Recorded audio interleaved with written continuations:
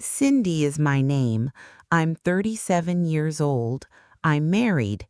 Howard is the name of my husband. He's 40 years old. We've been married for 10 years. We have a boy. Chuck is his name. He is 7 years old. We were really close before. We were glad before. Now, though, things are different. My husband has changed over the last 3 or 4 months. After work, he eats food, watches TV, and then goes to sleep. He meets with people, plays golf, or works from home on the weekends. He says he has a lot to do. He's the boss at work. He works with lots of people. I used to help him with tax forms and money, but now I take care of our child at home. Now he won't let anyone help him. He says no one can be trusted. There was a time when we drank Turkish tea together every night. We loved each other as we talked, laughed, and looked at each other. There is now silence. There was no tea or talking. There was only TV and sleep. I took our son to live with my mom last week.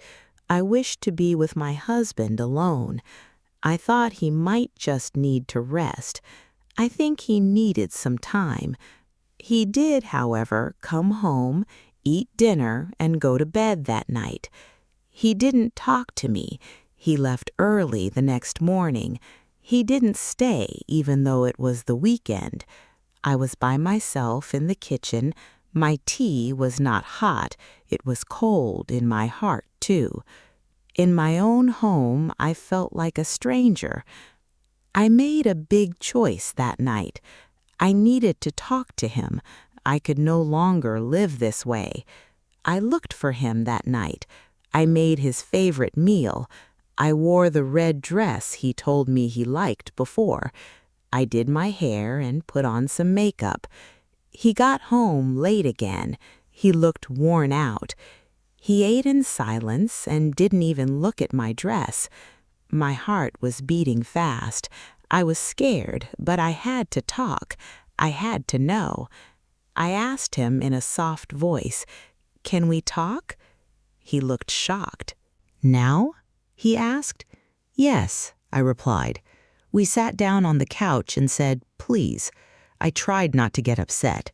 I chose not to fight. I didn't mean to cry, but tears were already in my eyes. "You've changed," I told her. "We didn't talk before. I don't see you smile. I'm not even visible to you." He looked down. He didn't say anything. After some time, I asked the hardest question of all. "Do you love me still?" He looked at me. His eyes looked worn out. He then said, "Of course I do. I'm just worn out. It's hard to work, too much stress for me." I agreed with him, but I didn't really believe him. That's why I asked the question I didn't want to ask. "Is there someone else?" He looked shocked. He quickly said, "No, never.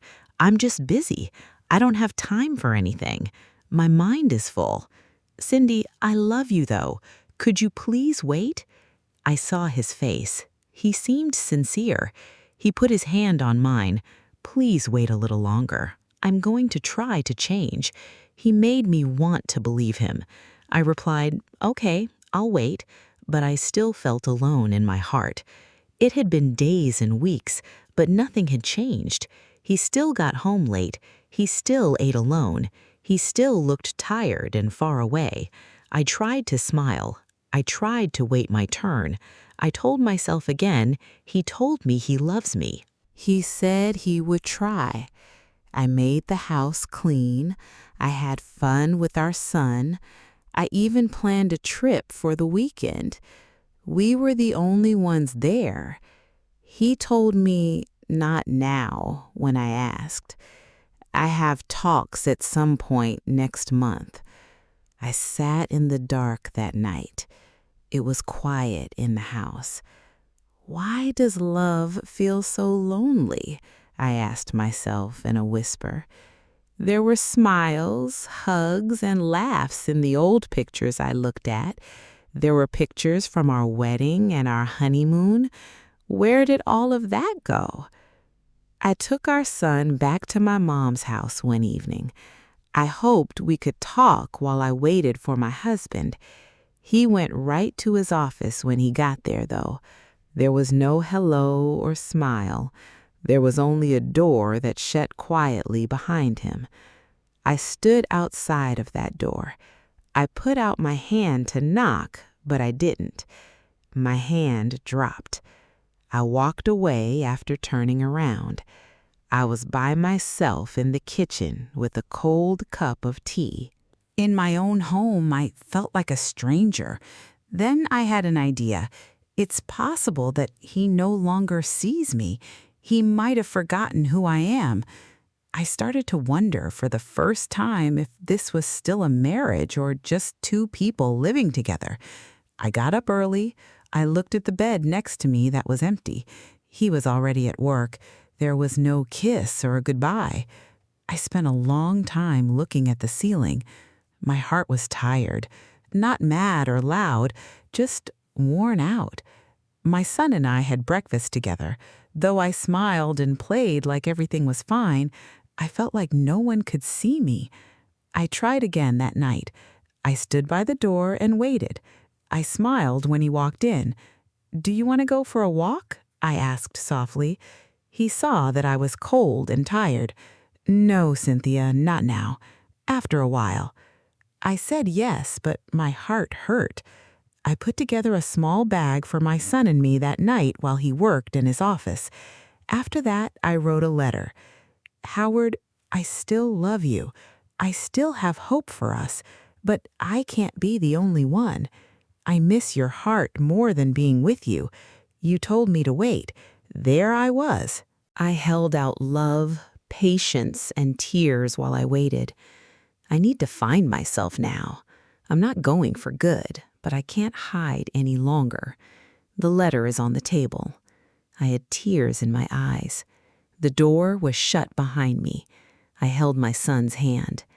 We didn't walk away from love when we went into the quiet dark. We went there to heal. I spent the night at my mom's house. After a week, my husband sent me a message. He told me he missed me. He missed our kid.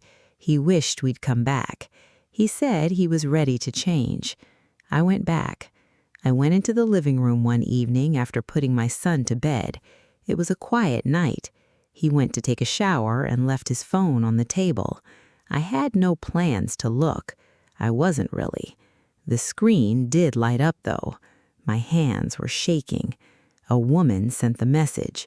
It said, "I miss you. Today, did you think about me?" My heart stopped.